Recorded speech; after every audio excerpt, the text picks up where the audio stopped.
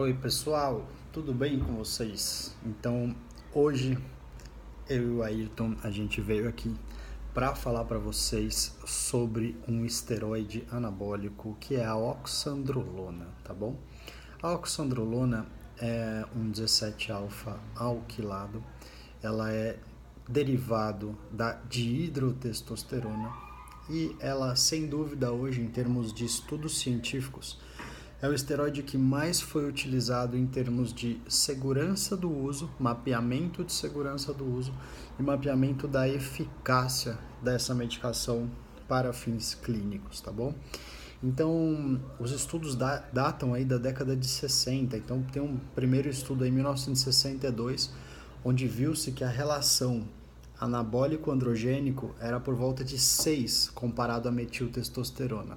E outros estudos posteriores, aí em 1964, viram que essa relação era até mais alta, era por volta aí de 13, tá bom? Ou seja, ela é muito mais, todo esteroide anabólico ele é anabólico e ele é androgênico. Então ela era muito mais anabólica do que era androgênico, tá? Então, potencialmente esse esteroide foi desenvolvido por conta do uso anterior de testosteronas, por exemplo, a metiltestosterona, onde você tinha efeitos colaterais de virilização que eram bastante importantes e em especial em algumas populações, como por exemplo criança, como por exemplo mulheres, tá bom? Então, se você procurar hoje no PubMed, você vai achar aí mais de 500 artigos falando sobre oxandrolona, tá?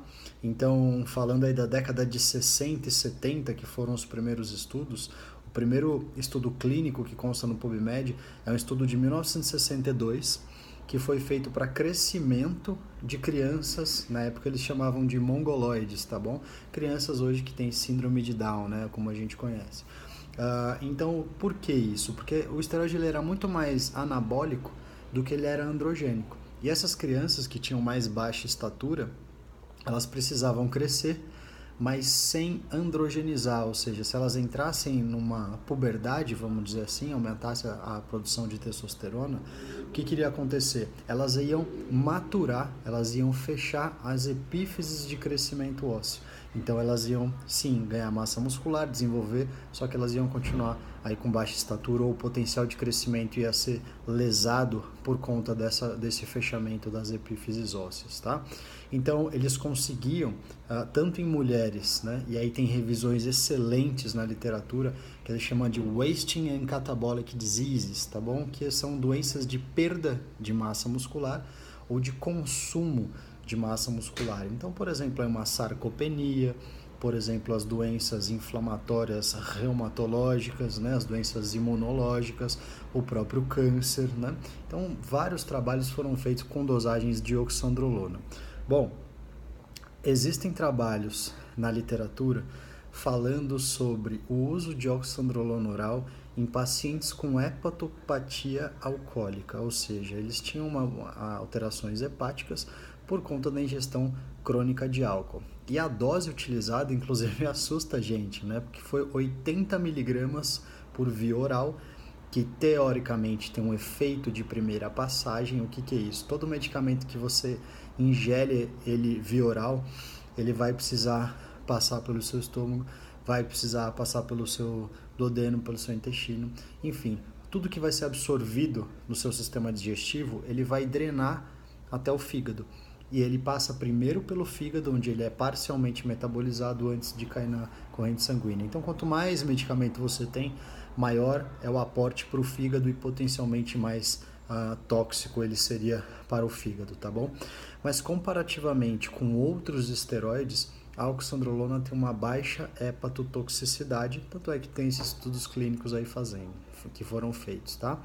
Outra coisa é com relação a grandes queimados. Existem estudos muito interessantes, existem revisões sistemáticas muito interessantes com meta-análise de dados falando sobre o uso em pacientes queimados. A dose varia mais ou menos de 7 a 20 miligramas nesses estudos, que são acompanhamentos de paciente durante um ano, sem grandes efeitos colaterais, tá bom? Ou seja, efeitos que realmente são danosos ou que seria uma terapia extremamente perigosa para esses pacientes. Tem um site que eu vou deixar aqui embaixo para vocês, que é o Drug Bank. Esse Drug Bank, ele mapeia várias drogas. E aí vocês vão poder olhar, se vocês digitarem ali oxandrolona, eu já vou deixar no link ali, a oxandrolona tem estudos de fase 4. Lembra que eu falei das fases dos estudos? Vou resumir, vou falar de novo, resumidamente, mas você volta lá no vídeo do SARMS que eu estava explicando ele de uma forma melhor, tá bom? Então olha só, estudos de fase pré-clínica, estudos de culturas de células, modelos fisiológicos, passa para os modelos animais, passou para os modelos animais, é liberado para fazer estudos clínicos em humanos. Na hora que começa estudos clínicos em humanos, são pequenas populações, né? O N do estudo, o número de participantes é pequeno, a gente vai ver doses altas para ver se tem toxicidade essa medicação, para ver se no rato foi tudo bem, nos modelos animais foi tudo bem, mas será que no humano foi tudo bem também? Então, são estudos de fase 1. De fase 2, a gente geralmente compara baixa dose, média dose, alta dose, tá bom? Ou duas doses diferentes, dose mais alta, dose mais baixa, para ver se tem um efeito clínico adequado. A partir de que dose gera o efeito clínico, né? Que dose é o mínimo que eu preciso dar? E qual a posologia? Então, se eu vou dar uma vez por dia, se eu vou dar 2 vezes por dia, eu tenho que avaliar a meia-vida da droga. No caso, a meia-vida da oxandrolona é por volta de 8 horas, é por isso que algumas prescrições são feitas aí de 8 em 8 horas, ok?